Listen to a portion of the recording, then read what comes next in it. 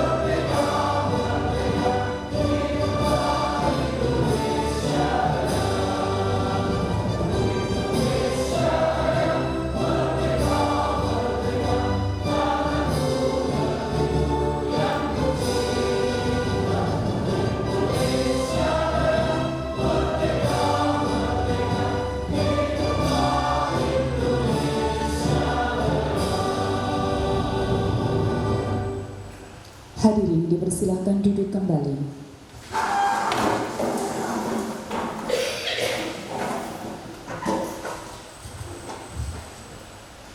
Assalamualaikum warahmatullahi wabarakatuh. Selamat pagi dan salam sejahtera untuk kita semua. Yang terhormat Kepala Sekolah SMK Negeri 1 Jenangan Ponorogo, yang pada kesempatan hari ini diwakili oleh Bapak Ami Wijaya MPD. Yang kami hormati calon guru penggerak Angkatan 9 SMKN 1 Jenangan Ponorogo. Yang kami hormati Bapak dan Ibu guru serta seluruh tamu undangan yang berbahagia. Puji dan syukur marilah kita panjatkan kehadirat Tuhan Yang Maha Kuasa, Allah Subhanahu wa Ta'ala, karena atas limpahan rahmat, taufik dan hidayahnya kita masih diberi kesehatan sehingga kita dapat berkumpul di sini untuk menghadiri acara diseminasi budaya positif calon guru penggerak Angkatan 9 Kabupaten Ponorogo 22 Oktober 2023 dalam keadaan sehat walafiat. Amin. Allahumma amin. Salawat dan salam semoga selalu tercurahkan kepada junjungan kita Nabi Muhammad SAW dan yang selalu kita nantikan syafaatnya di hari akhir nanti. Amin. Allahumma amin. Hadirin yang kami hormati, selanjutnya di sini saya selaku pembawa acara akan membawakan susunan acara pada kesempatan hari ini. Acara yang pertama adalah pembukaan, dilanjutkan dengan acara yang kedua adalah doa, acara yang ketiga sambutan, acara yang keempat presentasi diseminasi budaya positif, acara yang kelima penutup. Hadirin yang kami hormati, untuk mengawali acara kita pada kesempatan hari ini, marilah kita buka bersama dengan membaca basmalah.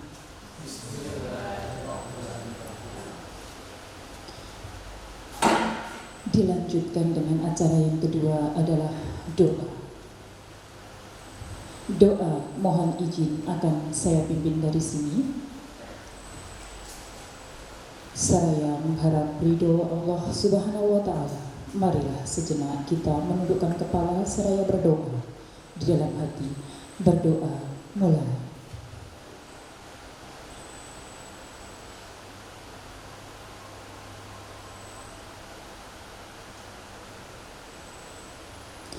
Doa selesai. Acara yang ketiga adalah sambutan dari Kepala Sekolah SMK Negeri 1 Jenangan Ponorogo yang pada kesempatan hari ini diwakili oleh Bapak Ami Wijaya MPD. Kepada beliau kami persilahkan.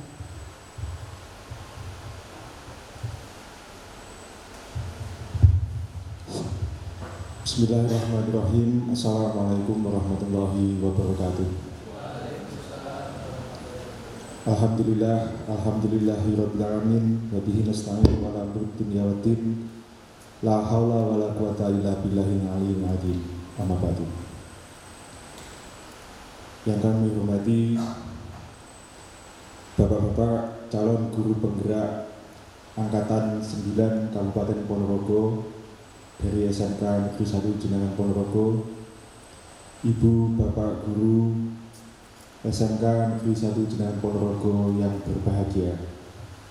Pertama-tama marilah kita panjatkan puja dan puji syukur kehadirat Allah Subhanahu wa taala yang pada kesempatan kali ini kita semua bisa berkumpul bersama dalam acara diseminasi budaya positif yang dilaksanakan di SMK Negeri 1 Jenangan Ponorogo tiada halangan suatu apapun. Syukur tersebut marilah kita lafalkan bersama dengan melafalkan tahmid Alhamdulillah, Alhamdulillahirabbil alamin. Yang kedua kalinya salawat dan salam senantiasa kita tujukan kepada junjungan kita Nabi Agung Muhammad SAW yang kita nanti syafaatnya nanti di yaumil qiyamah. Allahumma amin. Ibu bapak yang berbahagia, pada kesempatan kali ini saya mewakili Bapak Kepala Sekolah yang pada kesempatan ini tidak bisa bergabung bersama kita semua karena ada keperluan yang mendadak di Surabaya. Tadi beliau menyampaikan pesan kepada kami untuk menghadiri acara diseminasi budaya positif guru penggerak SMK Negeri 1 Jenangan Ponorogo. Ibu bapak yang berbahagia, bahwa guru penggerak merupakan agen perubahan yang ada di setiap lembaga pendidikan. Karena kenapa? Setiap guru penggerak akan menggerakkan hal-hal baik di semua lini, mulai dari lini pembelajaran, baik itu intrakurikuler maupun ekstrakurikuler. Karena ini menjadi bagian penting dari perkembangan pendidikan di era modern saat ini. Tadi Bapak Kepala Sekolah juga menyampaikan pesan pada kita semua, ibu bapak yang masih belum berpartisipasi atau mendaftarkan menjadi bagian dari guru penggerak, calon guru penggerak, masih ada kesempatan, yaitu calon guru penggerak angkatan 11 yang insya Allah masih akan ditutup nanti tanggal 27 Oktober. Dan juga ada pesan dari BPGP, Balai Besar Guru Penggerak Provinsi Jawa Timur, bahwa guru penggerak yang saat ini masih merupakan guru penggerak yang sifatnya pemerintah mengundang, namun di kemudian hari pemerintah akan memberlakukan regulasi yang berbeda, yaitu secara mandiri. Artinya ibu bapak harus mendaftar menjadi calon guru penggerak merupakan bagian dari prasyarat GTK di masa-masa yang akan datang. Itu tadi pesan dari Bapak Kepala Sekolah. Maka sebaiknya kita bagi ibu bapak yang masih belum berpartisipasi, silahkan untuk segera berpartisipasi dalam kegiatan guru penggerak tersebut, karena di dalam kegiatan program guru penggerak, ibu bapak akan mendapatkan hal-hal yang sangat luar biasa, hal-hal yang sangat extraordinary untuk perkembangan pendidikan di lembaga kita ini. Maka untuk kesempatan kali ini izinkan saya berpantun sebelum kegiatan diseminasi budaya positif ini kita mulai. Nasi ketan ditambah ragi, buat tape untuk nostalgia. Bapak Ibu, selamat pagi. salam dan bahagia. Pagi hari makan kelapa, kelapanya enak dan bikin tertawa. Hari ini kita berjumpa untuk acara yang istimewa. Ikan sepat, ikan gabus, makin cepat, makin bagus. Demikian Ibu Bapak, apa yang bisa kami sampaikan mewakili Bapak Kepala Sekolah pada kegiatan diseminasi budaya positif calon guru penggerak Angkatan 9 Kabupaten Ponorogo yang berasal dari SMK Negeri 1 Jenderal Ponorogo. Saya sampaikan selamat kepada Bapak Wiwing Prastio Sarjana Teknik, Bapak Dwi Murdianto Sarjana Ekonomi, dan juga Bapak Kroket Sarjana Teknik. Semoga kegiatan ini bisa mendapatkan hasil yang maksimal, diberkahi dan diridhoi oleh Allah Subhanahu wa taala, bermanfaat untuk kita pribadi dan juga bermanfaat untuk anak didik kita. Wa akhiran wabillahi taufiq wal hidayah. Wassalamualaikum warahmatullahi wabarakatuh.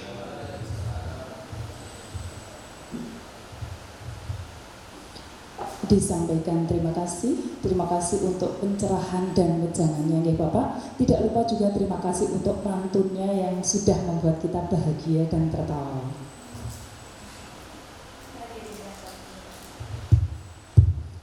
Hadirin yang kami hormati, acara selanjutnya adalah presentasi.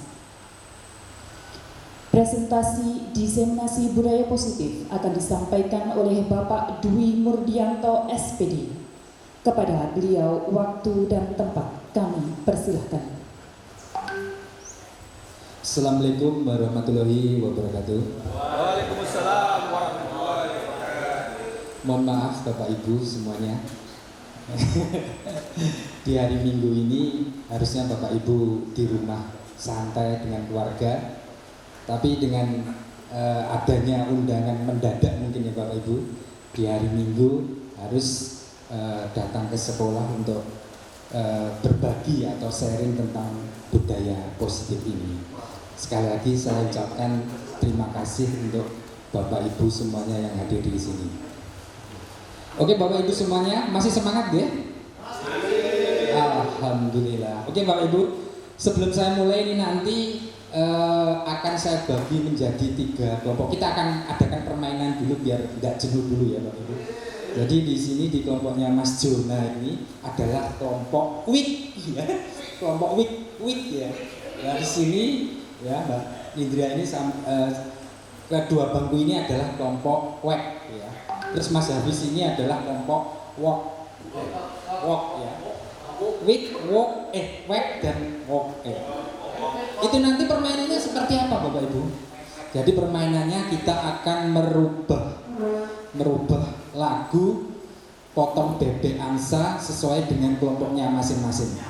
Jadi semisal contohnya kelompoknya Mas Jona itu kelompok wik tadi, jadi syairnya adalah wik ya, gitu ya. Bisa dipahami ya Bu Maria, sakit ya? Oke.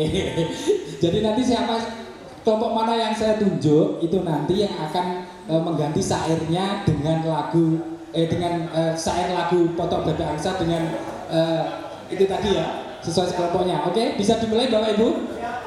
Oke, bisa ya? Bisa Mas Jona? Oke. Semangat Mas Jona.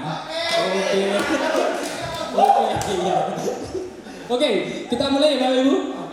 Mulai dari Mas Jona. Wik.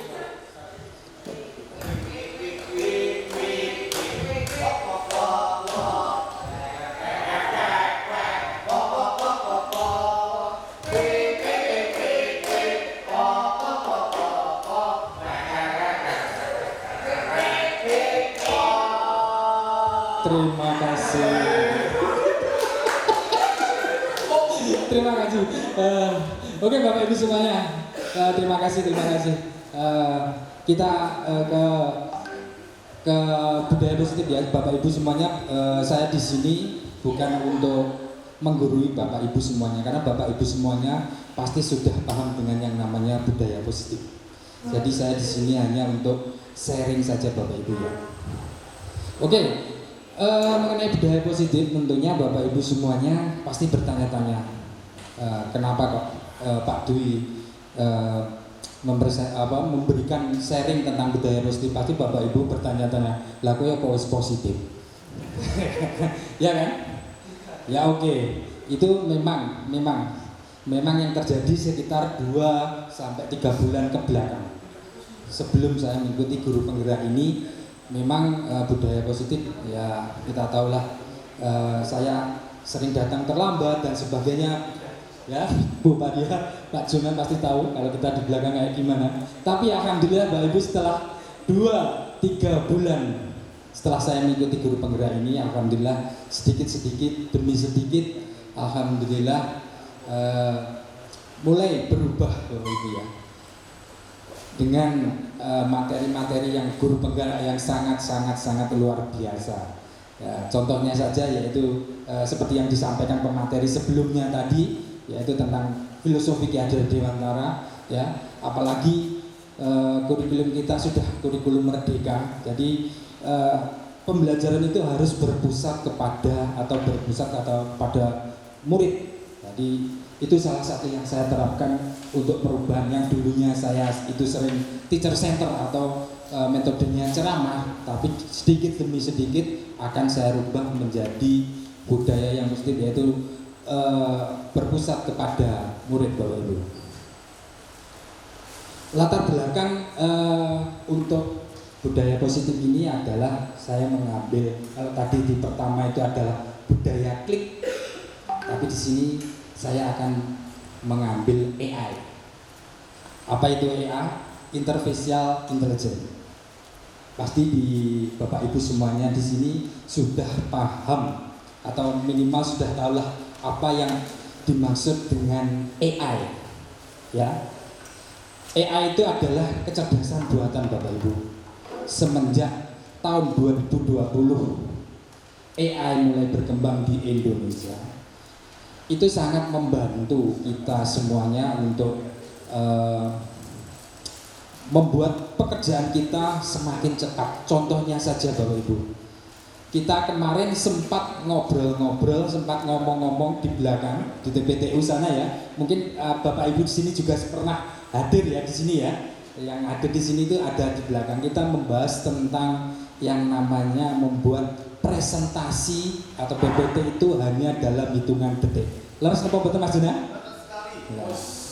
Dan bahkan kita kemarin itu membuat sebuah naskah drama yang biasanya Mas Jona itu membuatnya itu bisa 4 kali 25 jam.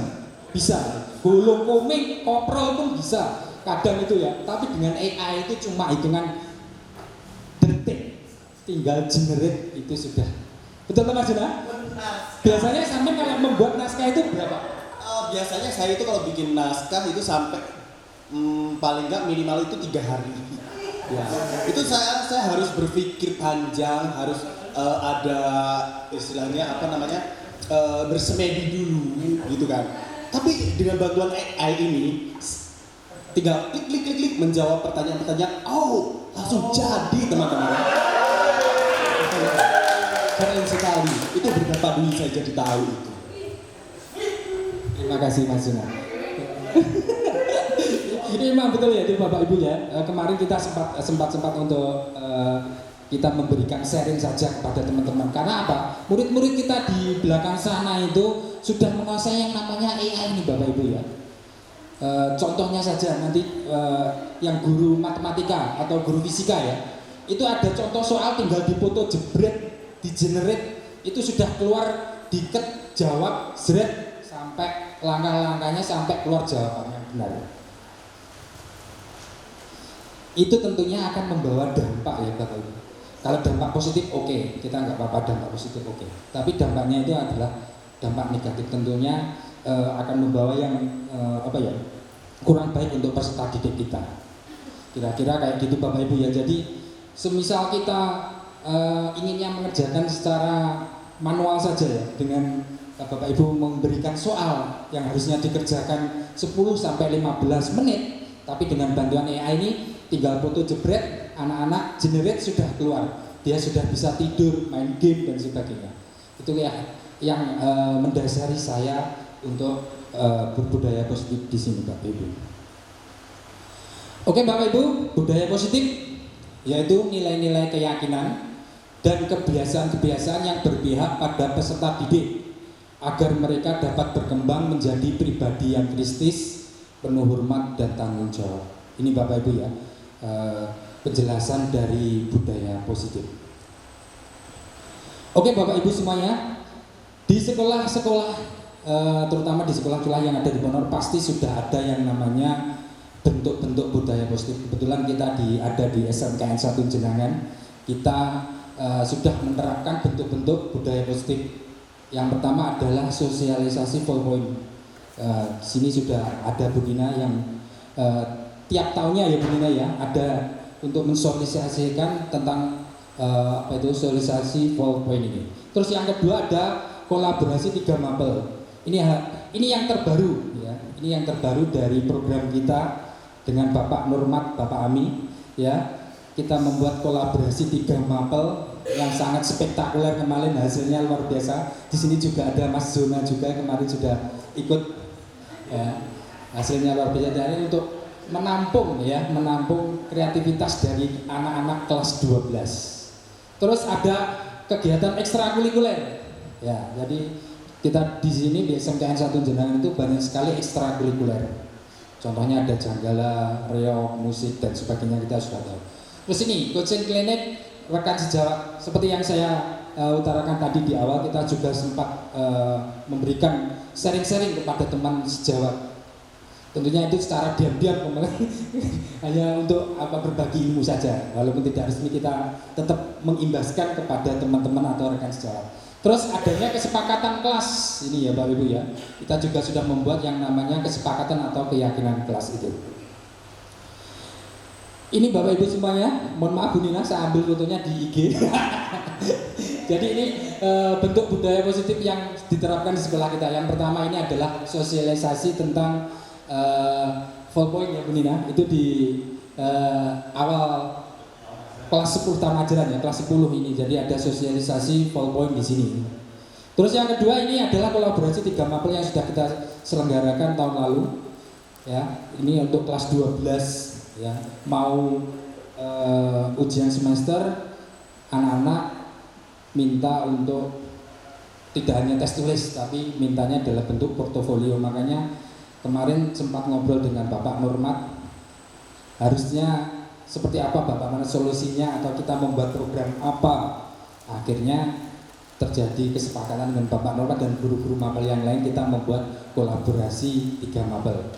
Terus ini adalah ekstrakurikuler. Kebetulan kemarin itu ya acara ulang tahun SMKN 1 Jenangan yang majunya, kita membuat menampilkan sebuah tari obyok ya dari anak-anak sendiri kemarin ini. Terus yang di atas ini adalah ada di belakang sana. Ini yang saya jelaskan tadi, kita coaching di sini ya, kita berbagi tentang AI. Jadi kita memanfaatkan situs yang namanya webpic.com dan OpenAI, ChatGPT. Ya. Jadi kita membuat tata cara sholat jenazah yang baik dan benar. Ya betul gitu kan Bapak dia kemarin. Nah, langsung di-generate. Itu tidak hanya tulisan saja, tapi di situ ditampilkan dengan contoh-contoh gambar ya Bapak Ibu ya. Ada gambarnya di sini. Ini kemarin ada Bapak Ami dan sebagainya. Dan teman-teman di sini Mas Hafiz juga ada di sini. Terus yang terakhir ini adalah kesepakatan kelas. Ini yang ada di kelas 11 TPTUA ini.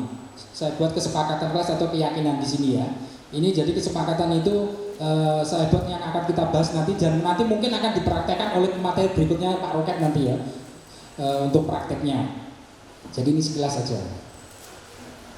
Sekarang tentang tujuan dari budaya positif di sekolah. Yang pertama adalah peningkatan hasil belajar. Jadi Bapak Ibu semuanya, kalau kita sudah mulai dengan budaya positif, secara otomatis hasil belajar siswa akan meningkat. Betul napa betul Bapak Ibu? Betul sekali. Terciptanya suasana kepuasan kerja dan produktivitas kerja. Jadi kalau sudah budaya positif di sekolah, otomatis juga tercipta kepuasan kerja dan produktivitas. Terus yang ketiga, terarahnya perilaku warga sekolah untuk meningkatkan proses-proses dan hasil-hasil belajar, Bapak Ibu. Sekarang tentang konsep-konsep budaya positif Bapak Ibu ya, ini yang sudah saya terapkan di kelas. Jadi mulai dari pembelajaran berkelompok ya, ini kita memberikan sebagai pemantau saja. Jadi kita memberikan materi, jadi kita sampaikan materi saja biar anak-anak nanti mencari sendiri. Bisa medianya bisa menggunakan internet, bisa menggunakan buku modul, e-book dan sebagainya. Oke Bapak Ibu, sekarang untuk pertanyaan pematik ya Bapak Ibu. Apa pentingnya menerapkan budaya positif di sekolah? Kira-kira apa Bu Indria menurut panjenengan untuk pentingnya menerapkan budaya positif di sekolah? Menurut saya menerapkan budaya positif di sekolah itu sangat penting karena itu nanti akan berimbas kepada seluruh masyarakat yang ada di sekolah, tidak hanya untuk siswa tetapi untuk guru dan semua masyarakat yang ada di sekolah. Jadi menerapkan budaya positif itu sangat penting untuk kelangsungan pembelajaran yang ada di sekolah. Oke, terima kasih. Jadi intinya penting banget ya Bu Indria ini untuk budaya positif. Terus yang kedua, apa yang bisa guru lakukan untuk menciptakan budaya positif? Bu Faria sakit untuk menjawab mungkin ya, tematik menurut panjenengan kira-kira apa yang bisa guru lakukan untuk menciptakan budaya positif ini Bu? Monggo Bu. Santai saja kita Bu di sini Bu. Kita hanya sharing saja.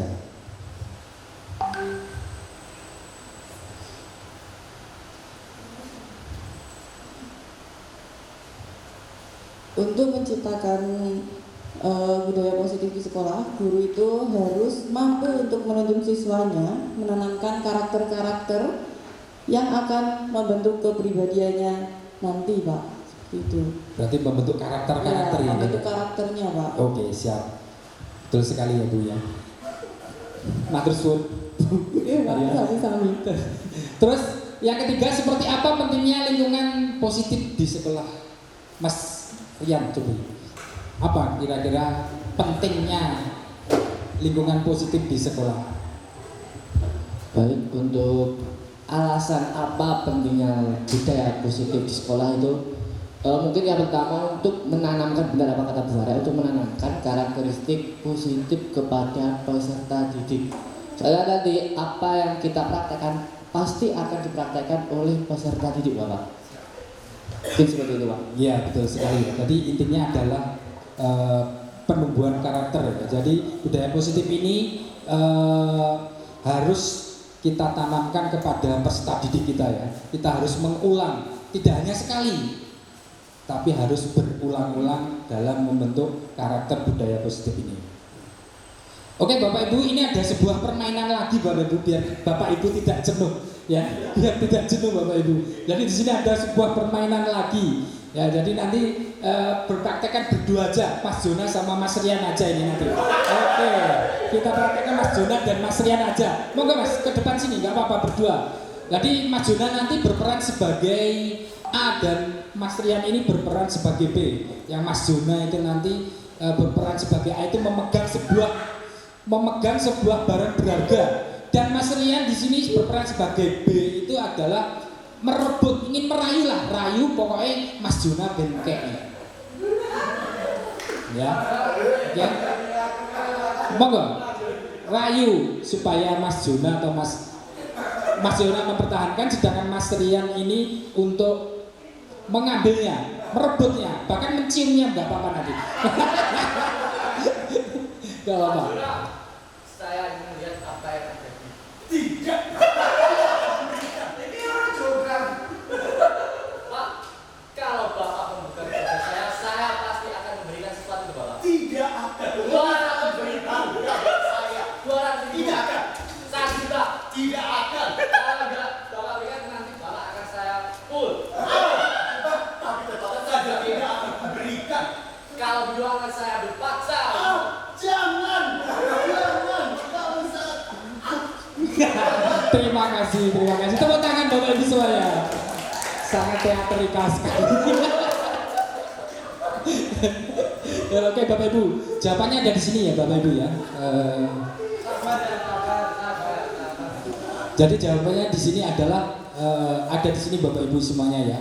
Kemudian jawaban kita terhadap pertanyaan pertama, kedua antara yang tersedia membuka dan yang tetap bertahan menutup kepalan tangan. Siapakah yang sesungguhnya memegang kontrol itu adalah diri kita sendiri Bapak Ibu ya. Jadi seberapa kuat ya pendirian kita memegang atau mempertahankan hak harga barang yang berharga itu tergantung dari kontrol diri kita sendiri. Begitu juga kalau kita ingin menerapkan budaya positif, hendaklah kita mulai dari diri kita sendiri. Ya.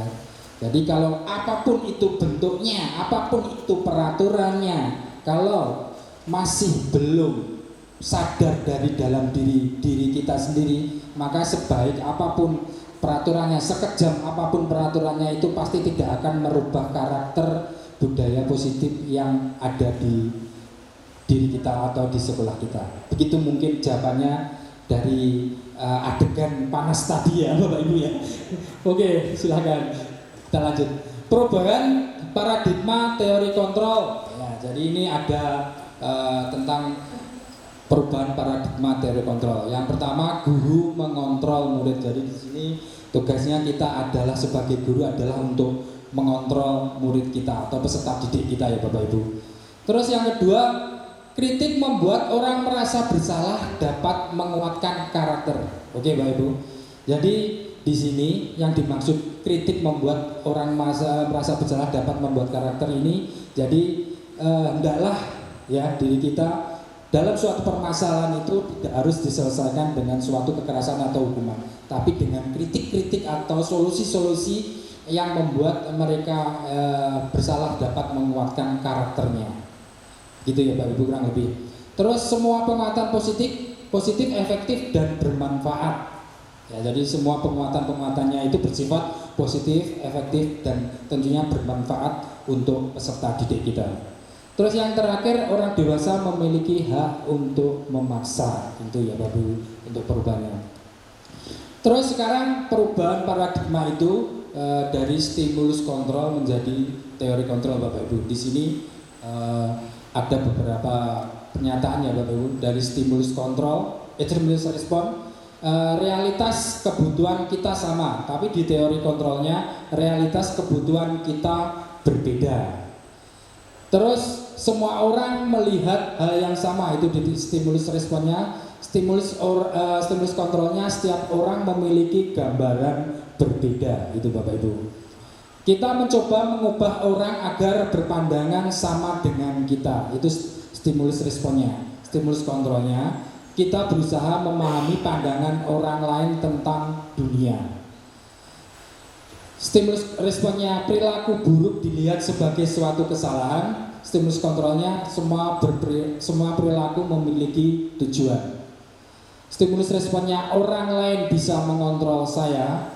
Teori kontrolnya, hanya Anda yang bisa mengontrol diri Anda. Stimulus responnya, saya bisa mengontrol orang lain. Teori kontrolnya adalah Anda tidak bisa mengontrol orang lain. Stimulus responnya, pemaksaan Anda pada saat bujukan gagal. Teori kontrolnya adalah kolaborasi dan konsensus menciptakan pilihan baru. Stimulus responnya, model berpikir menang kalah. Stimulus kontrolnya adalah model berpikir menang-menang atau win-win solution, itu ya Bapak Ibu dari teori perubahan dari stimulus respon menjadi teori kontrol. Sekarang apa itu disiplin? Ya Bapak Ibu pasti sudah tahu di sini. Mbak Ovan apa Mbak untuk panjenengan kira-kira disiplin itu apa?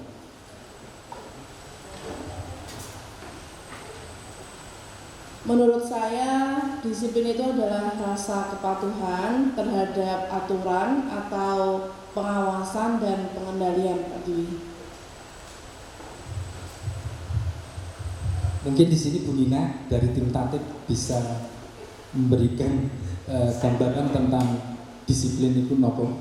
Bismillahirrahmanirrahim. Kalau menurut saya disiplin itu adalah salah satu bentuk upaya untuk bertanggung jawab terhadap suatu aturan yang telah disepakati, kemudian untuk menumbuhkan rasa ketaatan terhadap nilai-nilai atau norma yang berlaku di suatu lingkungan. Siap, nggih, matur suwun. Jadi intinya adalah ada di sini Bapak Ibu ya. Jadi biasanya kalau disiplin itu selalu dihubungkan dengan tata tertib. Leres napa mboten? Nggih to? Tata tertib, hukuman, ya, konsekuensi dan sebagainya. Tetapi disiplin di sini dalam budaya kita, makna kata disiplin dipanai menjadi suatu yang dilakukan seseorang pada orang lain untuk mendapatkan kepatuhan. Nah, di sini kita garis bawahi kepatuhan. Kita cenderung menghubungkan kata disiplin dengan ketidaknyamanan. Betul napa mboten? Kadang itu karena saya sendiri mengalami kayak gitu Bapak Ibu ya. Kadang ada dengan adanya aturan-aturan dan sebagainya itu membuat kita tidak nyaman. Itu rasa yang ditimbulkan dari disiplin itu seperti itu kurang lebih Bapak Ibu. Terus di sini dari Dian Gosen ya, ini ada 3 motivasi perilaku ya. Jadi intinya saya rangkum di sini Bapak Ibu, dari motivasi perilaku manusia ini sebenarnya ada 2. Jadi dari motivasi internal dan juga eksternal Bapak Ibu. Jadi dari 3 pertanyaan ini yang 2-nya ini adalah eksternal, yang di bawah ini adalah internal. Ya, jadi untuk menghindari ketidaknyamanan atau hukuman, ini adalah tingkat terendah dari motivasi perilaku. Motivasi ini bersifat eksternal. Jadi perlu Bapak Ibu ketahui bahwa tindakan hukuman itu adalah menurut Dian Gosen itu adalah motivasi perilaku yang terendah Bapak Ibu. Itu dan bersifat eksternal. Yeah. Terus yang kedua, untuk mendapatkan imbalan atau penghargaan dari orang lain satu tingkat di atas motivasi pertama. Satu tingkat di atas motivasi yang pertama. Di sini orang berperilaku untuk mendapatkan imbalan atau penghargaan dari orang lain. Orang dengan motivasi ini akan bertanya, apa yang akan saya dapatkan apabila saya melakukan itu? Motivasi ini juga bersifat eksternal. Jadi selalu berharap. Semisal saya mau baris rapi, tapi imbalannya apa? Berarti kan belum dari internal kita, tapi masih bersifatnya adalah eksternal. Berbeda dengan yang terakhir di sini, untuk menjadi orang yang merasa mereka inginkan dan menghargai diri sendiri dengan nilai yang mereka percaya, orang dengan motivasi ini akan bertanya, akan menjadi orang seperti apabila saya melakukannya. Seperti apa apabila saya melakukannya? Mereka melakukan sesuatu karena nilai-nilai yang mereka yakin dan hargai, dan mereka melakukan karena mereka ingin menjadi orang yang melakukan nilai-nilai yang mereka yakini tersebut. Ini motivasi bersifat internal. Jadi sudah mulai timbul dalam diri masing-masing ya. Jadi dimulai dari internalnya. Menurut Anda dari ketiga jenis motivasi ini, motivasi mana yang saat ini paling banyak mendasar pada perilaku murid kita di sekolah Bapak Ibu? Kira-kira yang mana Bapak Ibu? Yang eksternal atau internal kita kira-kira Bapak Ibu? Kebanyakan eksternal ya. Ini belum dari kesadaran. Karena masih takut dengan aturan-aturan atau peraturan-peraturan yang ada di sekolah. Semisal dengan adanya fallpoint, saya datang terlambat takut karena ada fallpoint. Begitu ya, kurang lebih di Bapak Ibu sekalian ya. Sekarang kita mengenal disiplin positif. Ya. Jadi disiplin positif sebuah bentuk penerapan disiplin tanpa kekerasan. Kita garis bawahi di sini Bapak Ibu, menerapkan disiplin tanpa kekerasan ya. Jadi Bapak Ibu ya, jadi kita lebih memberikan solusi atau jalan keluar ya, bukan berbentuk kekerasan atau hukuman. Sedikit-sedikit salam olahraga, koprol, terus salto 17 kali di lapangan basket, jangan ya Bapak Ibu ya. Jadi lebih memberikan solusi atau motivasi kayak gitu. Memang saya dulu kayak gitu, sedikit salam olahraga, Mas Juna kayak gitu juga kemarin. Terlambat, kamu kenapa terlambat? Saya dikatin. Salam olahraga dulu, lari lapangan upacara 2 kali, gitu. Terus upaya mengkomunikasikan perilaku yang efektif antara orang tua dan anak. Jadi di sini harus ada komunikasi atau perilaku yang efektif antara orang tua dan anak. Terus yang ketiga, mengajarkan anak untuk memahami konsekuensi dari perbuatan mereka. Jadi kita mengajarkan pada anak-anak atau peserta didik kita untuk memahami tentang konsekuensi. Kira-kira konsekuensinya apa apabila kita melanggar suatu peraturan itu. Terus yang keempat adalah mengajarkan anak bertanggung jawab dan merasa hormat ketika berinteraksi dengan lingkungan. Jadi kita mengajarkan anak untuk bertanggung jawab dan merasa hormat ketika kita sedang berinteraksi di lingkungan. Karena apa Bapak Ibu?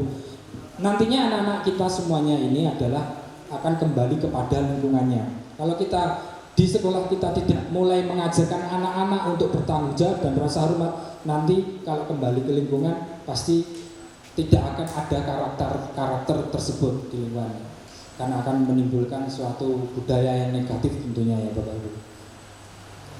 Sekarang kebutuhan dasar manusia Bapak Ibu. Di sini kita akan membahas tentang 5 kebutuhan dasar manusia yang tentunya kita hubungkan dengan kebutuhan dasar peserta didik, karena kita bicaranya adalah di lingkungan sekolah. Ini ada puzzle ya Bapak Ibu ya, sebuah puzzle. Kira-kira dari 5 kebutuhan dasar manusia itu yang pertama itu apa Bapak Ibu? Oke, kesenangan. Terus yang kedua? Ya betul juga. Yang ketiga? Kebebasan, betul sekali. Terus yang keempat? Apa Bapak Ibu? Kira-kira Bapak Ibu? Yang keempat apa Bapak Ibu?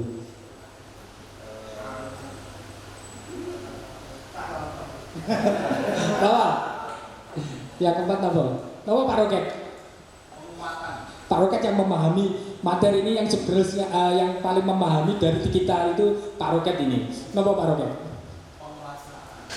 Ya, penguasaan. Yang terakhir penguasaan tuh. Yang terakhir apa?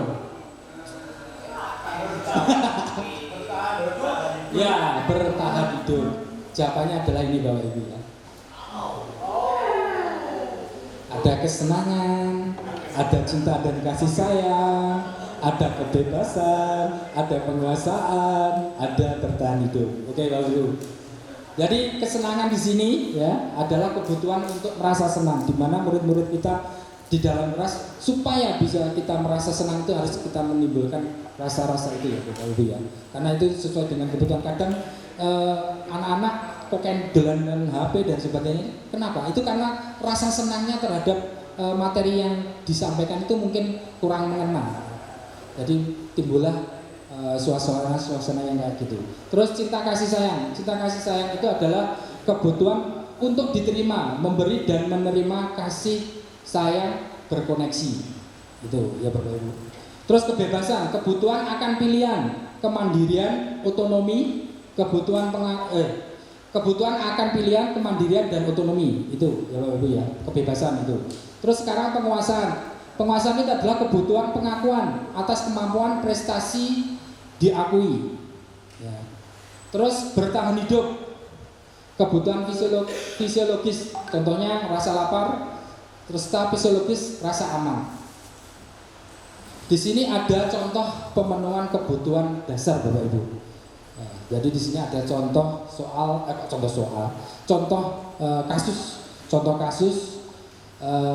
Ibu guru tidak menyapaku hari ini, padahal aku sudah mengumpulkan tugas lebih awal sesuai perintahnya. Kira-kira kebutuhan apa yang mendasari anak ini biar terpenuhi kebutuhannya Bapak Ibu dari kita hubungkan dengan yang kebutuhan dasar ini 5 ini ya Bapak Ibu. Kira-kira kebutuhan apa yang anak-anak ini butuhkan Bapak Ibu?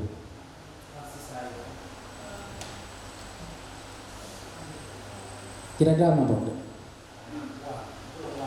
Ya, karena hubungannya ibu guru tidak menyapaku hari ini, padahal aku sudah mengumpulkan tugas lebih awal.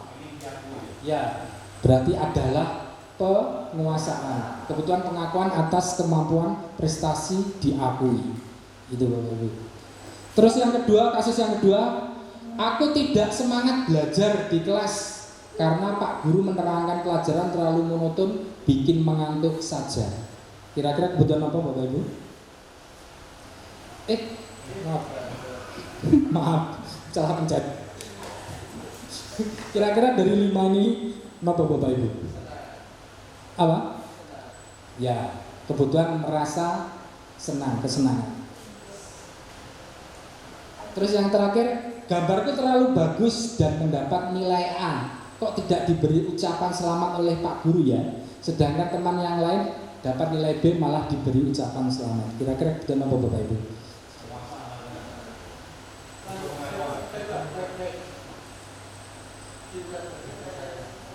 Cinta dan kasih sayang ya. Betul sekali Bapak Ibu. Jadi itu contoh-contoh kasus untuk pemenuhan kebutuhan dasar manusia Bapak Ibu. Sekarang kita ke posisi kontrol. Tadi kalau kita bicara tentang kebutuhan ada 5, sekarang posisi kontrol juga ada 5 Bapak Ibu ya di sini ya. 5 posisi kontrol manusia. Yang pertama adalah penghukum. Guru menggunakan hukuman fisik maupun verbal. Sidik-sidik salam olahraga, sidik-sidik nguneni dan sebagainya. Itu adalah posisi kontrolnya adalah sebagai penghukum Bapak Ibu ya. Terus pembuat merasa bersalah. Ada pembuat merasa bersalah di sini. Guru menggunakan keheningan yang membuat orang merasa tidak nyaman, bersalah atau rendah diri. Jadi menggunakan semacam membuat murid itu merasa bersalah, tidak nyaman ya Bapak Ibu. Akhirnya anaknya dalam hatinya aduh keru gitu ya. Terus ada lagi yang sebagai teman, hubungan baik yang terjalin antara guru dan murid. Nah, jadi ada posisi kontrolnya adalah sebagai teman. Jadi kita kalau dengan murid mengibarkan sebagai teman. Terus ada juga posisi kontrolnya sebagai pemantau. Guru akan mengawasi, mengontrol, memantau perilaku siswa. Jadi hanya memantau saja Bapak Ibu. Dari jauh kita pantau. Guru itu mengawasi. Kayak Bu Faria ngawasi pas waktu nih moco ayat-ayat Al-Quran ya Bapak Ibu, cuma memantau ya gitu ya. Salah bener nih kayak gitu. Hanya memantau, mengontrol dan memantau perilaku siswa. Terus manajer ya di sini. Guru berbuat sesuatu bersama dengan murid, mempersilahkan murid, mempertanggungjawabkan perilakunya, mendukung murid agar menemukan solusi atas permasalahannya sendiri. Ini Bapak Ibu ya. Ya, jadi kita posisikan guru berbuat bersama dengan murid, mempersilahkan murid, mempertanggungjawabkan perilakunya, mendukung murid agar menemukan solusi. Jadi di sini posisi manajer itu tidak harus dengan hukuman-hukuman, tapi di sini ditekankan adalah dengan memberikan solusi-solusi.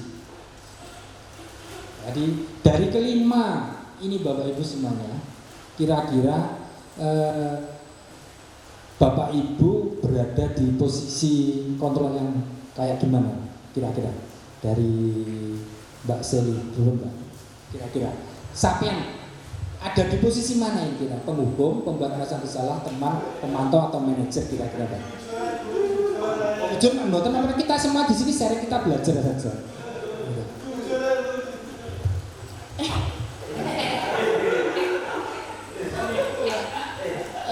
Jadi kalau menurut saya jadi teman, karena nanti ketika guru dan anak itu kalau ada masalah nanti sharing-sharingnya akan lebih mudah. Tapi perlu digarisbawahi bahwasannya walaupun dijadikan teman nanti tetap ada batasan sopan santun antara siswa ke gurunya gitu. Jadi posisinya masih di teman ya Bapak Ibu. Kalau Pak Riza apa Pak Riza? Posisinya kontrol apa ini? Penghukum apa pembuat rasa bersalah, teman, premanto atau manajer Pak Riza kira-kira?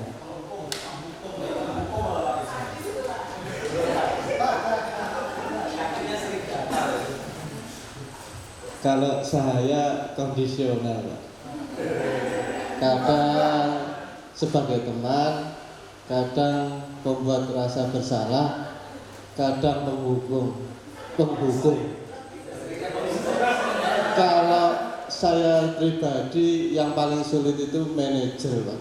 Kalau saya harus jadi manajer itu yang posisi saya yang paling sulit.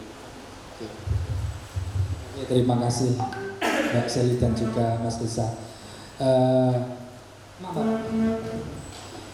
Yang paling ideal menurut yang saya pernah pelajari di program guru penggerak itu, yang idealnya kita adalah di posisi manajer, Bapak Ibu. Memang idealnya ada di posisi manajer, ya.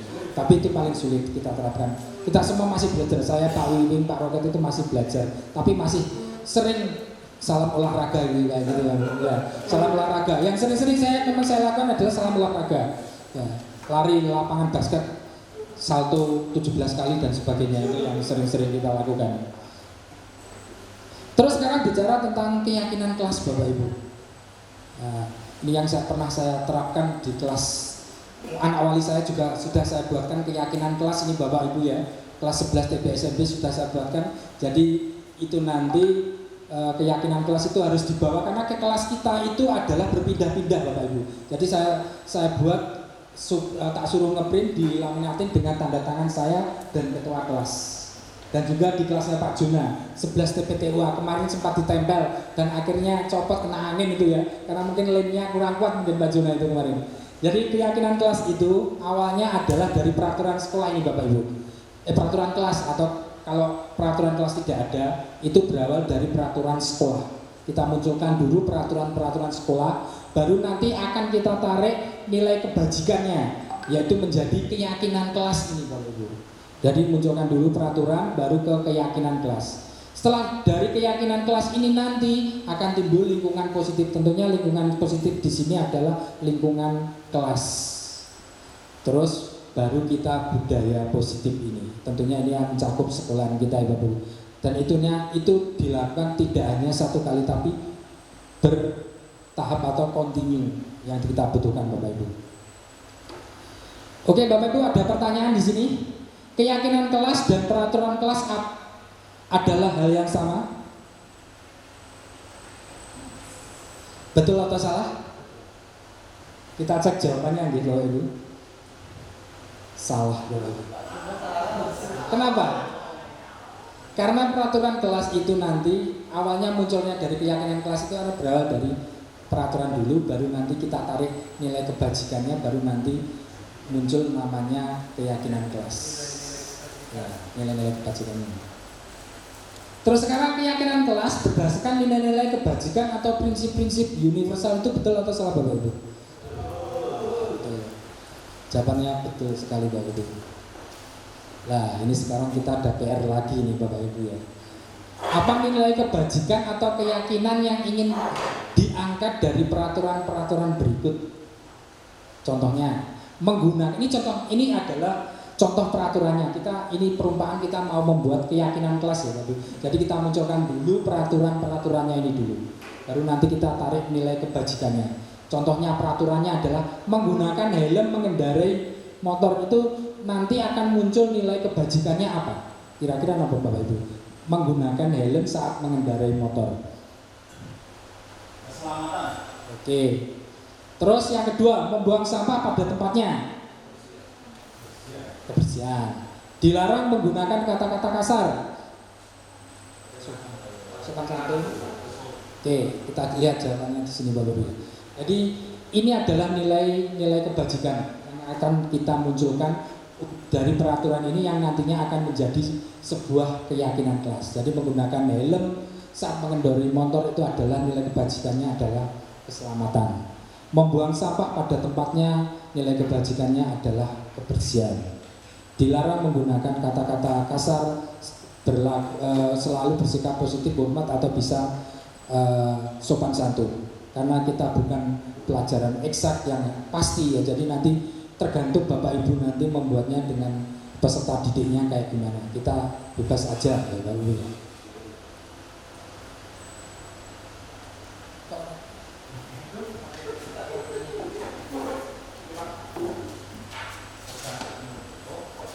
Oke Bapak Ibu, di sini ada urutan langkah-langkah dalam menyusun sebuah keyakinan kelas Bapak Ibu.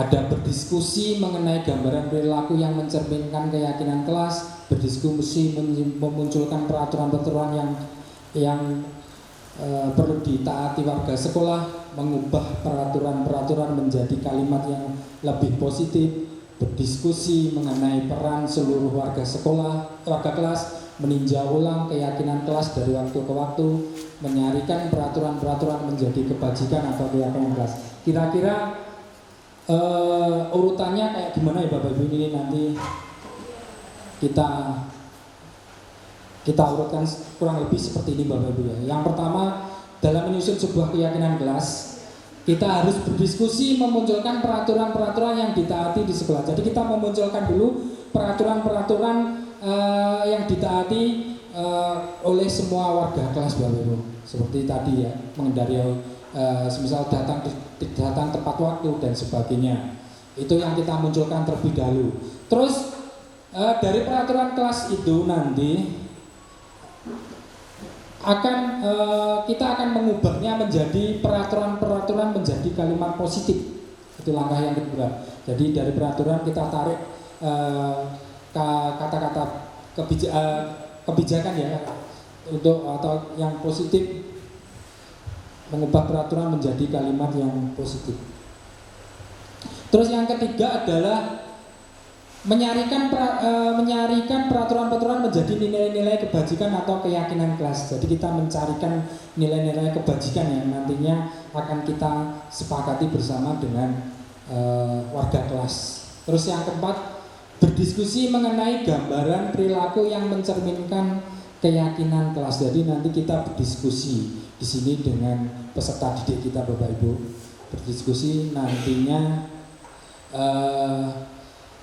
kalau kita warga sekolah atau murid-murid kita nanti melakukan pelanggaran atau kesalahan dari keyakinan kelas, itu nanti konsekuensinya seperti apa? Itu nanti dimunculkan di situ ya Bapak Ibu. Jadi nanti setiap kali ada permasalahan tentang anak-anak kita kembalikan lagi ke yang namanya keyakinan kelas. Apakah sesuai dengan keyakinan kelas? Kalau belum, nanti konsekuensinya seperti apa, itu Bapak Ibu. Terus yang kelima, berdiskusi mengenai peran seluruh warga sekolah. Jadi kita mendiskusikan nanti sesuai dengan keyakinan kelasnya. Kita berdiskusi perannya masing-masing sebagai apa. Ada yang mengingatkan kamu tidak sesuai dengan peraturan kelas ini, konsekuensinya seperti apa. Kamu harus kayak gini ya. Itu kita harus selalu berdiskusinya. Dan terakhir, meninjau ulang keyakinan kelas dari waktu ke waktu. Jadi keyakinan kelas itu bisa berubah-ubah sesuai dengan kebutuhan. Semisal anak-anak kita sudah taat, sudah sopan santun, apa yang perlu direvisi? Misal sopannya, karena anak-anak sudah sopan, nanti kita munculkan keyakinan kelas yang lain. Bisa itu Bapak Ibu, bisa direvisi atau meninjau ulang keyakinan kelas dari waktu ke waktu. Hukuman, sekarang kita bicara tentang hukuman dan konsekuensi. Apakah yang sama Mas Hafiz? Kita pernah bicara di belakang. Kira-kira hukuman dan konsekuensi apakah hal yang sama? Menurut saya berbeda. Jadi antara hukuman dan konsekuensi itu sangat berbeda karena ada sebab akibat yang ditimbulkan dari hukuman dan konsekuensi yang timbul. Jadi jawabannya dari berbeda, karena kemarin saya sempat ngobrol di belakang sama Mas Hafiz ya. Jadi hukuman dan konsekuensi itu ada hal yang berbeda. Karena hukuman itu adalah sifatnya satu arah Bapak Ibu, dan sifatnya itu adalah spontan tanpa kita rencana. Jadi muncul secara tiba-tiba, secara spontan. Salah olahraga, kayak gitu ya Bapak Ibu ya. Sedangkan konsekuensi adalah itu dua hal atau dua arah yang ada kesepakatan antara kita dengan murid. Konsekuensinya kita buat kesepakatan. Misal kamu datang terlambat, kowe kudu nukokne jajan kancamu sak kelas, misal itu adalah konsekuensi. Ya, konsekuensinya itu. Berarti hukuman dan konsekuensi adalah hal yang tidak sama. Oke, Bapak Ibu, kita kembali ke kasus lagi, ada kasus ini, ya, tindakan guru ya. Nanti silakan, ini termasuk hukuman atau konsekuensi ya. Dari yang pertama, menyuruh murid untuk mengelilingi lapangan basket karena datang terlambat. Itu termasuk hukuman atau konsekuensi Pak Reza? Hukuman, Mas Juna menjawab hukuman. Oke, kita lanjut ya, nanti jawabannya setelah ini. Menyuruh murid untuk tidak memakai sepatu seharian karena murid tidak memakai sepatu hitam. Apa? Tidak memakai sepatu seharian. Ya. Menyuruh murid untuk mengulang tugas karena sama dengan pekerjaan teman. Ya. Meminta siswa untuk merangkum materi pembelajaran karena siswa ramai saat pembelajaran. Betul sekali Bapak Ibu ya.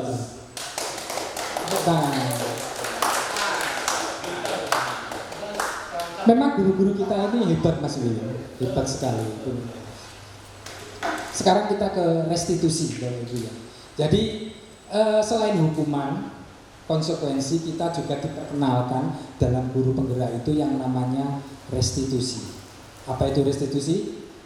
Restitusi itu adalah proses menciptakan kondisi bagi murid-murid untuk memperbaiki kesalahan mereka sehingga bisa kembali ke kelompok mereka dengan karakter yang lebih kuat. Jadi membentuk karakter dari kesalahan itu ya Bapak Ibu, untuk membentuk karakter-karakter yang lebih kuat lagi untuk kembali ke kelompoknya.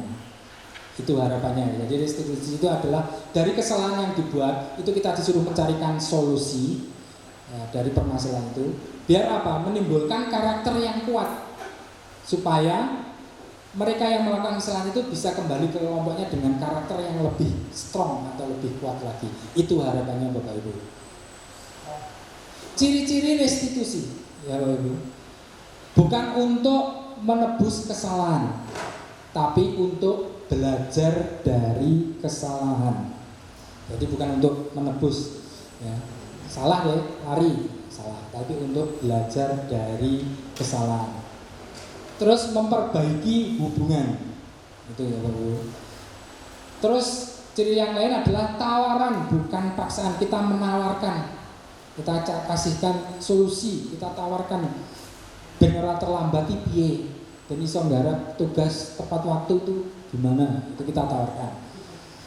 Menuntun untuk melihat ke dalam diri. Jadi kita gali di sini Bapak Ibu, kira-kira nyapo alasannya kenapa kok bisa sampai datang terlambat, tidak mengerjakan tugas sesuai dengan due date-nya, itu kenapa?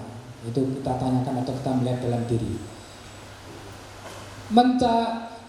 Mencari kebutuhan dasar yang mendasari tindakan. Jadi kita mencari kebutuhan dasarnya tadi, 5 kebutuhan dasar. Kira-kira kebutuhan dasar apa sih?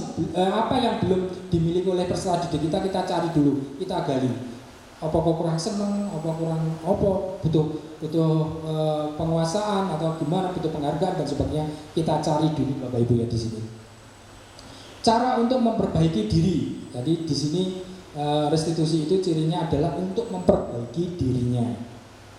Terus sekarang lanjut, fokus untuk karakter bukan tindakan. Jadi kita fokusnya adalah kepada karakter. Jadi pembentukan karakter-karakter yang lebih kuat dengan mencarikan solusi-solusi. Terus fokus pada solusi ini ya Bapak. Kita fokuskan kepada solusi. Jadi kita bicara lagi tentang solusi. Terus mengembalikan murid yang berbuat salah untuk kembali kepada kelompoknya. Tentunya dengan karakter yang lebih kuat tadi Bapak Ibu. Jadi kita kembalikan lagi orang yang salah, jangan dikucilkan ya Bapak Ibu, tapi dikembalikan lagi dengan tentunya dengan menguatkan karakter-karakter peserta didik kita dengan mencarikan solusi tadi. Itu kurang lebih untuk ciri-ciri restitusinya. Terus sekarang kita bicara tentang segitiga restitusi. Jadi dalam menyelesaikan masalah itu tidak perlu dengan kalau bisa kita menggunakan segitiga restitusi ini, Bapak Ibu. Jangan semisal memang kita itu memang kadang itu ya panas ya, sepaneng, kadang kita spontanitas mengucapkan hukuman, tapi kita sedikit sharing aja tentang segitiga restitusi yang hendaknya kita terapkan kepada peserta didik kita yang ada masalah, kayak gitu kurang lebihnya Bapak Ibu. Ada 3 tahapan dalam melakukan restitusi Bapak Ibu. Yang pertama adalah menstabilkan identitas. Yang kedua, validasi tindakan yang salah. Terus yang ketiga adalah menanyakan keyakinan.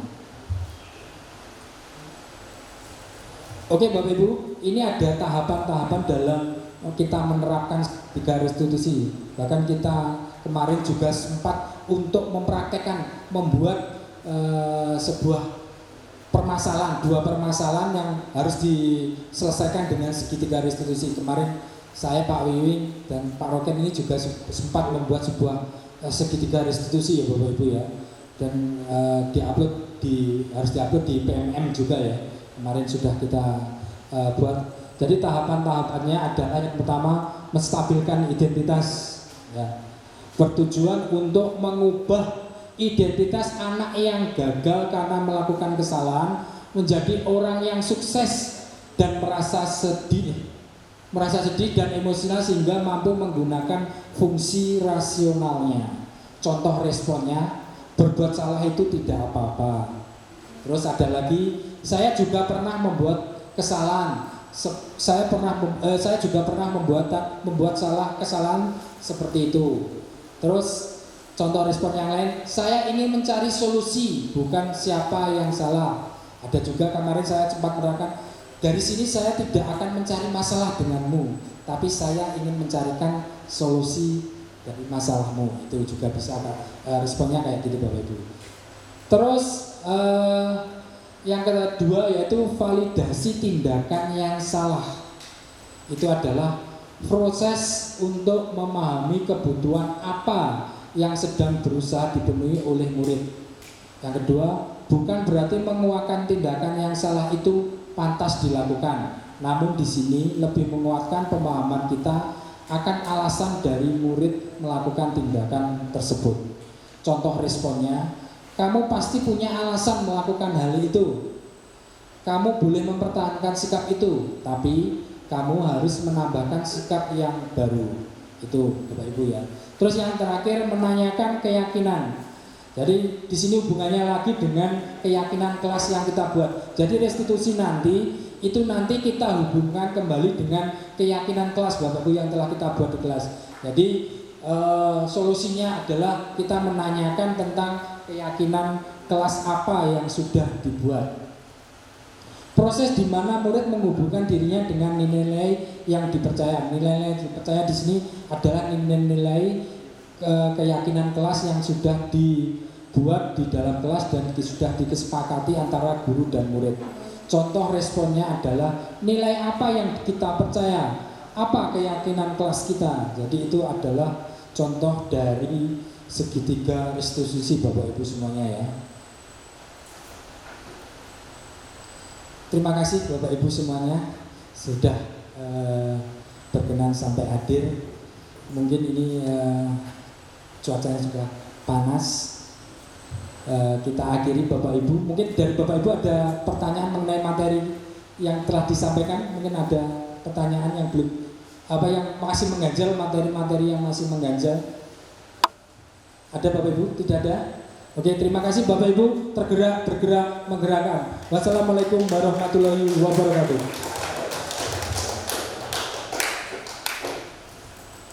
Disampaikan terima kasih. Hadirin yang kami hormati, demikianlah acara diseminasi budaya positif bersama calon guru penggerak Angkatan 9 SMK Negeri 1 Jenangan Ponorogo. Alhamdulillah kita telah selesai mendengarkan diseminasi budaya positif dari calon guru penggerak SMK 1 Jenangan Ponorogo. Kami juga mengucapkan terima kasih kepada Bapak dan Ibu Guru yang telah hadir mengikuti acara ini dari awal hingga akhir. Kami juga mohon maaf apabila ada perkataan dan perbuatan yang kurang berkenan di hati panjenengan semuanya. Sekali lagi kami mohon maaf yang sebesar-besarnya. Acara selanjutnya adalah penutup. Marilah kita tutup bersama acara pada kesempatan hari ini dengan membaca hamdalah bersama. Akhir kata, wassalamualaikum warahmatullahi wabarakatuh.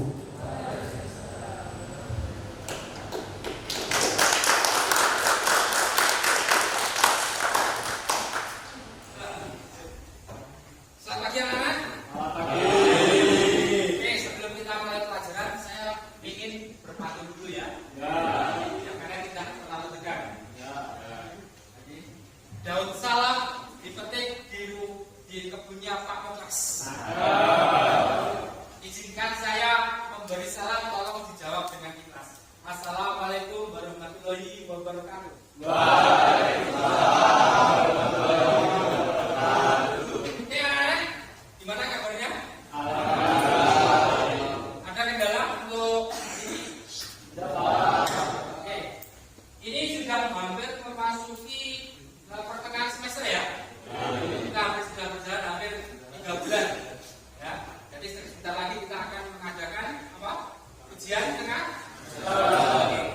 Jadi harapannya kita akan mencapai ke apa? Tengah semester ini nanti harapannya Bapak ingin memberikan peningkatan pada kelas ini. Bukan berarti kelas ini kurang baik kan ya? Tapi ingin meningkatkan ke apa? Tingkat kreativitas atau tingkat yang lainnya ya. Meningkatkan kebaikan untuk kelas ini ya. Contohnya nanti Bapak akan membuat sebuah keyakinan kelas. Kalian tahu keyakinan itu apa? Kalian tahu keyakinan itu apa? Keyakinan apa? Percaya. Ya, kepercayaan. Jadi sebuah kepercayaan yang nantinya akan diyakini oleh semua anggota. Keyakinan kelas sendiri itu arti lainnya adalah kita akan menciptakan sebuah kelas I. Jadi harus menciptakan yang namanya kelas idaman. Paham ya di sini? Artinya kalian mempunyai mimpi-mimpi tentang kelas idaman itu. Apa saja nanti idamannya atau cita-citanya agar kelas ini lebih baik ke depannya. Untuk kalian mempunyai pemikiran tentang kelas itu akan saya jadikan seperti apa? Ya kan? Saya ingin tahu idaman atau keyakinan kelas apa saja yang ingin kalian ciptakan. Saya ingin mengambil contoh 3 orang saja. Misal Dodi apa dong? Apa keyakinan kelas seperti apa yang kamu inginkan? Atau kelas idaman apa seperti kamu? Contoh aja nanti kita akan membuat bareng-bareng. Contohnya apa? Yang kamu inginkan dari kelas yang kamu sekarang ini ke depannya ingin seperti apa kelasnya? Ya, bertanggung jawab. Jadi sini kita tulis ya. Pertama, bertanggung jawab.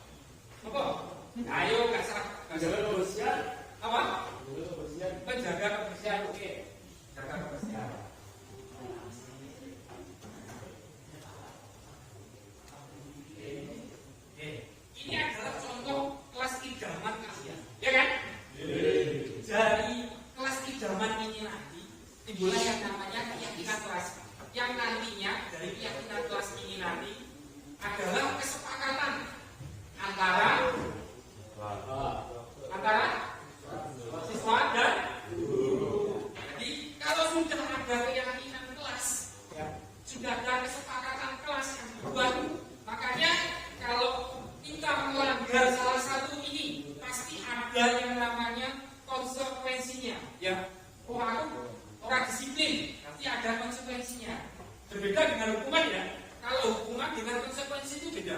Kalau hukuman itu adalah yang diciptakan oleh pendidik seperti saya guru secara langsung atau secara tiba-tiba. Itu yang dinamakan dengan hukuman. Berbeda dengan konsekuensi. Kalau konsekuensi itu adalah hal yang sudah direncanakan. Jadi konsekuensinya kalau tidak bisa melaksanakan ini apa? Berarti nanti kita sepakati. Misal kurang disiplin, berarti gerakan tidak tepat waktu. Nanti konsekuensinya apa? Nanti kita sepakati. Ya paham ya? Beda kalau hukuman.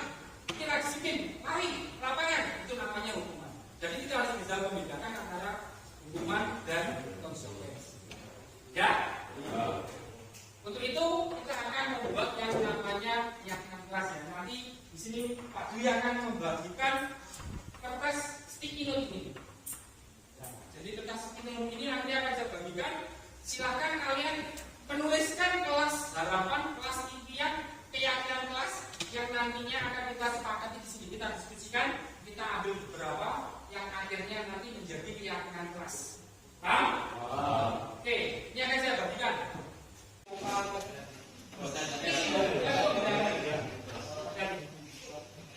Silakan yang sudah mendapat langsung ditulis untuk keyakinan kelasnya. Apa? Silakan ditulis. Saya dengan zaman kalian masing-masing. Jangan takut ya. Zaman itu apa? Jadi zaman kamu pasti punya zaman sendiri-sendiri. Tapi harusnya cari zaman kalian. Aku ingin dulu cari zaman sendiri. Kamu tuliskan sendiri. Silakan ditulis. Nomor, pasang nomor mana? Tidak usah dikasih nama ya. Tidak usah dikasih nama, langsung ditempel aja. Yang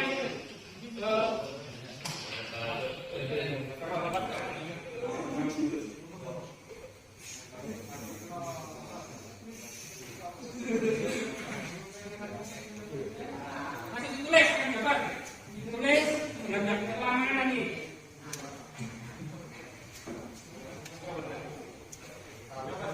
Ya, nggak usah panjang-panjang keyakinan kamu apa? Terserah, bebas. Terserah, nyaman, sekopo nanti kita sepakati. Beda.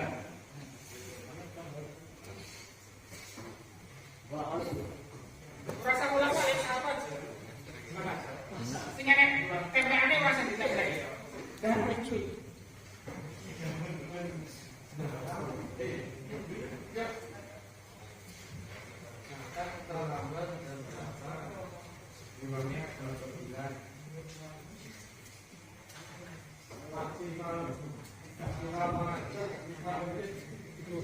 Silakan ditempel dulu dari barisan ini, barisan sini bisa keluar dari barisan sini sampai sini urut.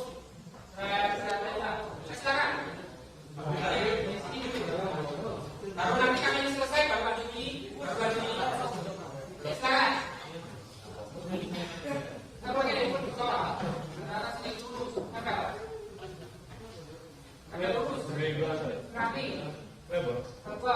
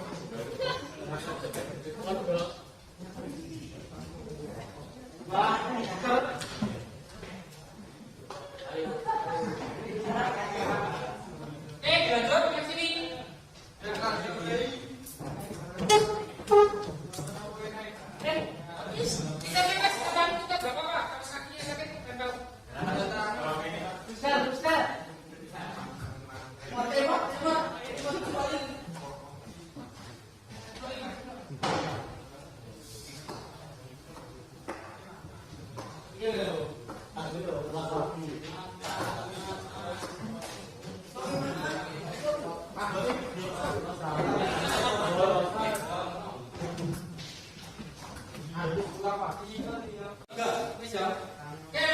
sudah terkumpul di sini ya. Sudah menuliskan semua kelas kejaman. Kita akan merangkum ya di sini, merangkum kesepakatan kelas yang nantinya akan kita sepakati bersama-sama ya. Saya bacakan dulu sini ya. Ada aktif dalam belajar disiplin. Aktif dalam belajar disiplin belum kan ini? Oke. Belum kabeh. Ini kita tulis aktif. Disiplin dulu enggak? Belum. Oke, disiplin. Disiplin lagi nih ya, jaga kebersihan kelas yang nyaman. Apa ini? Kebersihan kelas yang nyaman itu apa? Bertanggung.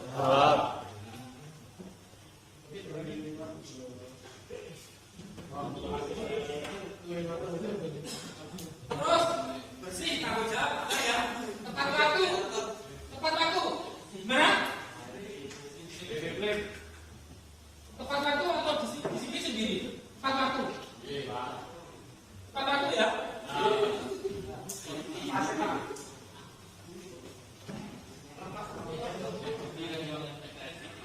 Kamu tolong dikatakan apa? Terus keinginan saya adalah ingin menjadi teman-teman yang bertanggung jawab di sekolah. Bagus ya, sudah ya tanggung jawab. Peduli lingkungan. Ya, peduli lingkungan boleh ya? Nah, kita harus peduli lingkungan. Keinginan saya adalah ingin mempunyai teman-teman bertanggung jawab juga, tertib dan kondusif ya. Kita masukkan tanggung jawab ini. Datang tepat waktu, nah ya. Tepat waktu. Tepat waktu lagi. Saling menghormati dan menyayangi. Ya. Kelas bersih. Kelas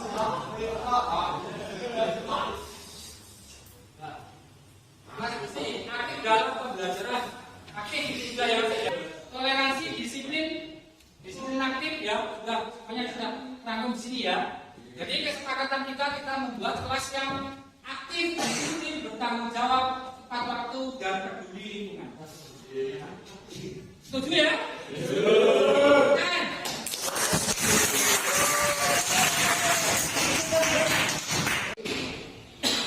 Ini ditulis mas keyakinan kelas miring gitu loh. Iya. Keyakinan kelas. Ditulis sih. Keyakinan kelas 11 TPTUA tahun 2023.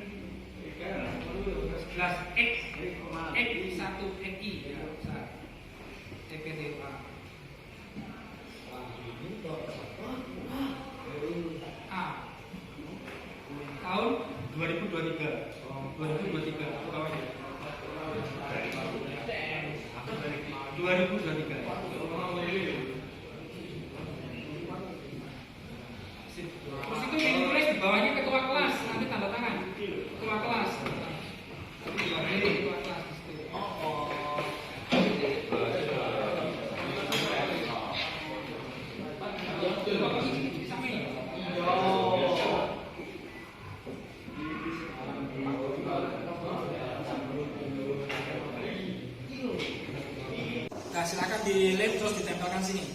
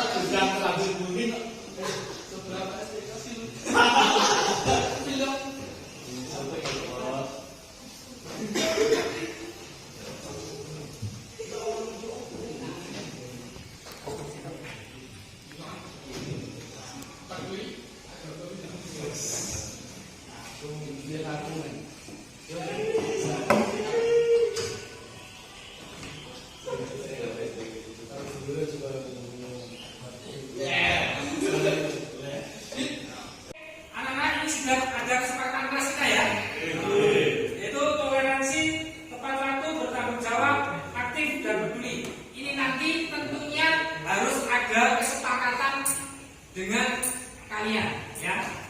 Nanti kalian tidak harus menuliskan salah satu, semuanya bertangan di sini enggak. Tapi kalian diwakilkan oleh ketua kelas kalian, ya. Silakan ketua kelas untuk bertanda tangan di sini. Silakan. Bagian PK ini mas, silakan ketua kelasnya. Bertanda tangan di sini.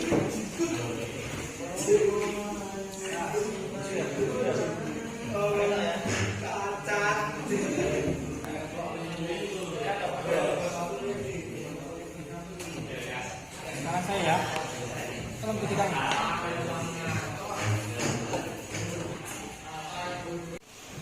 Oke, anak-anak ini sudah ada keyakinan kelas kita ya.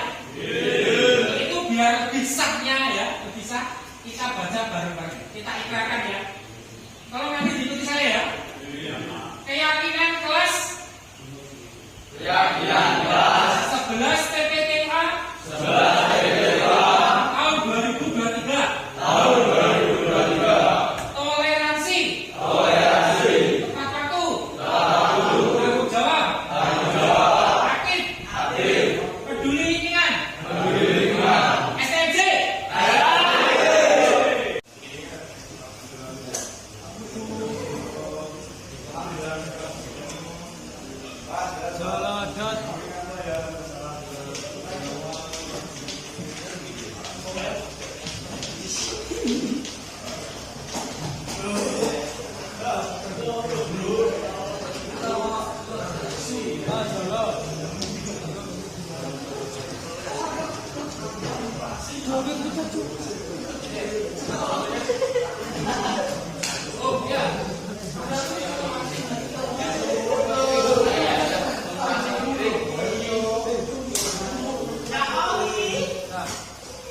Assalamualaikum warahmatullahi wabarakatuh. Perkenalkan, nama saya Irfan Setiawan. Saya ketua kelas dari 11 TPTA. Di sini saya diberi materi tentang keyakinan kelas. Bahwa kelas 11 TPTA harus peduli lingkungan, bertanggung jawab, toleransi, aktif, serta tepat waktu. Semoga dengan adanya keyakinan kelas ini, kelas 11 TPTA menjadi kelas yang lebih baik lagi. Terima kasih Pak Dwi atas materinya. Wassalamualaikum warahmatullahi wabarakatuh.